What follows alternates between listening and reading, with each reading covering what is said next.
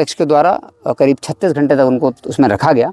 उसके बाद एक प्राइवेट दलाल है। आप देख रहे हैं MA न्यूज। गोपालगंज से इस वक्त की बड़ी खबर सामने आ रही है, जहां पुलिस महकमे में एक ऐसी कार्रवाई हुई है जिसने पूरे विभाग में हड़कंप मचा दिया है। सवाल है, आखिर ऐसा क्या हुआ है कि जादवपुर थानाध्यक्ष समेत 4 लोगों पर गाज गिर गई। आरोप है कि कुछ निर्दोष लोगों को करीब 36 घंटे तक अवैध रूप से हिरासत में रखा गया और झूठे मुकदमे में फंसाने की धमकी देकर पैसे की मांग की गई। जांच में 50,000, 75,000 और 55,000 रुपए की कथित अवैध वसूली का मामला सामने आया। एसपी विनय तिवारी के निर्देश पर विशेष टीम ने जांच की और आरोप सही पाए जाने के बाद तत्काल कार्रवाई की गई। तत्कालीन थानाध्यक्ष अनिल राम, चालक राकेश कुमार, चौकीदार महंत कुमार यादव और कथित बिचौलिया राजू यादव गिरफ्तार किए गए हैं। अब पूरे मामले की जांच जारी है और सवाल यही है, पुलिस की वर्दी में भ्रष्टाचार का यह खेल आखिर कब से चल रहा था। सूचना हम लोगों को मिली थी, क्योंकि जनता दरबार लगातार चल रहा है। जनता दरबार में तरह सभी समस्याओं से जो परेशान लोग होते हैं वो आते हैं। तो हम लोगों को सूचना मिली 14 तारीख को मेरे कार्यकर्ता लोग आए थे। उन्होंने बताया कि जो है 8 जुलाई को जादवपुर थाना अंतर्गत गांजे की एक रेड हुई थी, जिसमें से गांजा भी बरामद हुआ था और कुछ अभियुक्त भी पकड़े गए थे। उसी दौरान कुछ निर्दोष लोगों को भी पकड़ के लाया गया था। उनसे पूछताछ हुई। पूछताछ में स्पष्ट भी हुआ था कि वो लोग निर्दोष हैं। फिर भी उनको 36 घंटे तक थाने में रखा गया और रखने के बाद लेन देन कर करके पैसा ले करके छोड़ दिया गया। जब इस सूचना मिली तो तत्काल DSP हेडक्वार्टर के नेतृत्व में एक टीम बनाएगी कि आप जाइए जांच करिए। उन्होंने जांच की। जांच जब की तो स्पष्ट हुआ कि जब ये रेड हुई तो SHO जादवपुर गए थे, उनके साथ थाना के जो चौकीदार थे, चालक था और 1-2 लोग और थे उस टीम में जो गए थे रेड करने। जब रेड करने ये लोग गए तो गांजा इनको बरामद हुआ। ये लेकर के अपना अभियुक्तों लेकर के आ गए। लेकिन उसी समय वहाँ पर कुछ बेतिया से लोग आए थे जो कि गाय खरीदने के लिए आए थे, जिनका इस मामले से कोई लेना देना नहीं था। जहाँ पर गांजा बरामद हुआ वहाँ से करीब 50 मीटर की दूरी पर था। वो लोग अपना काम कर रहे थे। तो इनको शक हुआ कि बेतिया से, चूँकि इधर गांजे का जो एक कारोबार है वो बेतिया और गोपालगंज के बीच का मंगलपुर ब्रिज के थ्रू होता है, ऐसी सूचनाएं मिलती रहती। तो थाना प्रभारी को शक हुआ तो ये लेकर के आए उन लोगों को। और जो गाय बेचने वाली एक महिला और उनकी बेटी थी और 3 आदमी आए थे बेतिया से खरीदने के लिए।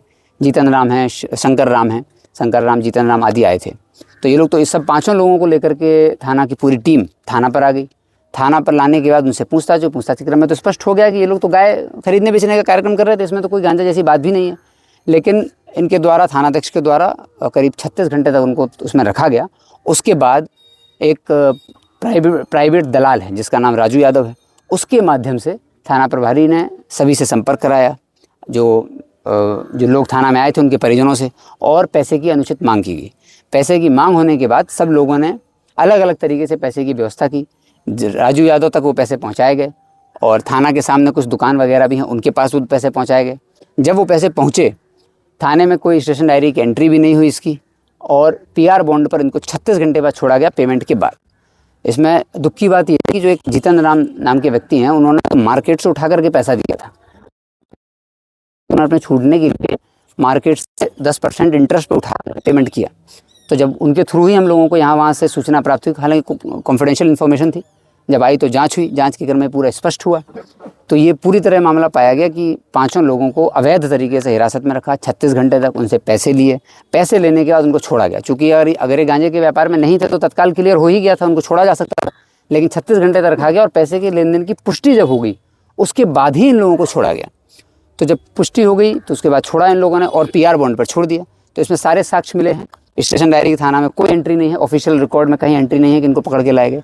छोड़ने का PR बॉन्ड का इन्होंने एंट्री है, चूँकि इन्होंने 4 लोगों को छोड़ा है। और छोड़ने के बाद थाना का जो CCTV फुटेज है उसमें भी आया हुआ है। ऑफिशियली थाना में CCTV फुटेज लगा होता है, उसमें भी दिख रहा है कि 36 घंटे तक रखा हुआ है। 8 जुलाई से 9 जुलाई के बीच ये पूरा घटनाक्रम हुआ। तो जब मेरे सूचना हम लोगों तक आई तो DSP हेडक्वार्टर के नेतृत्व में टीम बनाई। उस टीम ने जब पूरी छानबीन की तो स्पष्ट हुआ कि ये तो आपराधिक कृत्य है। इसलिए थानाध्यक्ष जादवपुर, एक चौकीदार, उनके साथ एक ड्राइवर, थाना का ही ड्राइवर और एक प्राइवेट दलाल जिसका नाम राजू यादव है। इन 4 लोगों को तत्काल हिरासत में लिया गया, उनसे पूछताछ की गई।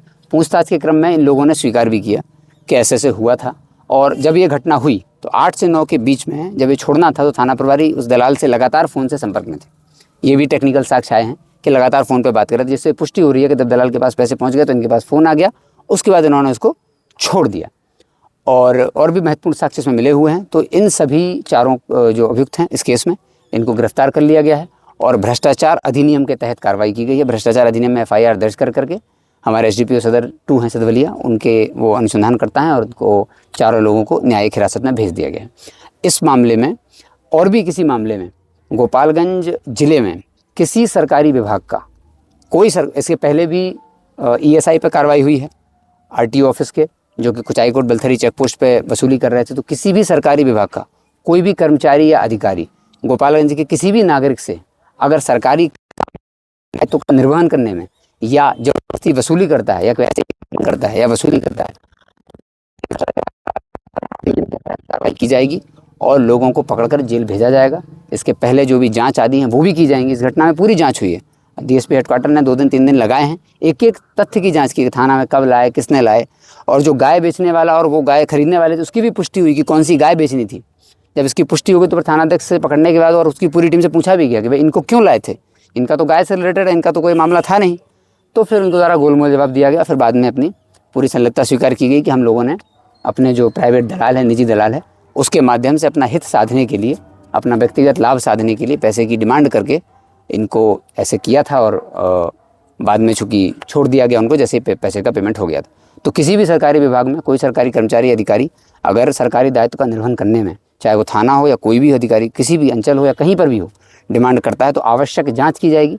जांच के बाद भ्रष्टाचार निवारण अधिनियम के तहत कार्रवाई की जाएगी। अगर कोई ऐसी शिकायत किसी के पास आती है तो वो सीधे पुलिस अधीक्षक कार्यालय में या जिलाधिकारी कार्यालय में या कहीं सीनियर ऑफिसर्स के पास आ सकते हैं। गोपनीय तौर पर भी दे सकते हैं, क्योंकि ये सूचना तो हम लोगों का गोपनीय तौर पर भी आई थी, और आप डायरेक्ट भी आकर मिल सकते हैं। लगातार लोग मिलने के लिए आ रहे हैं, बहुत बड़ी संख्या में लोग आ रहे हैं मिलने के लिए।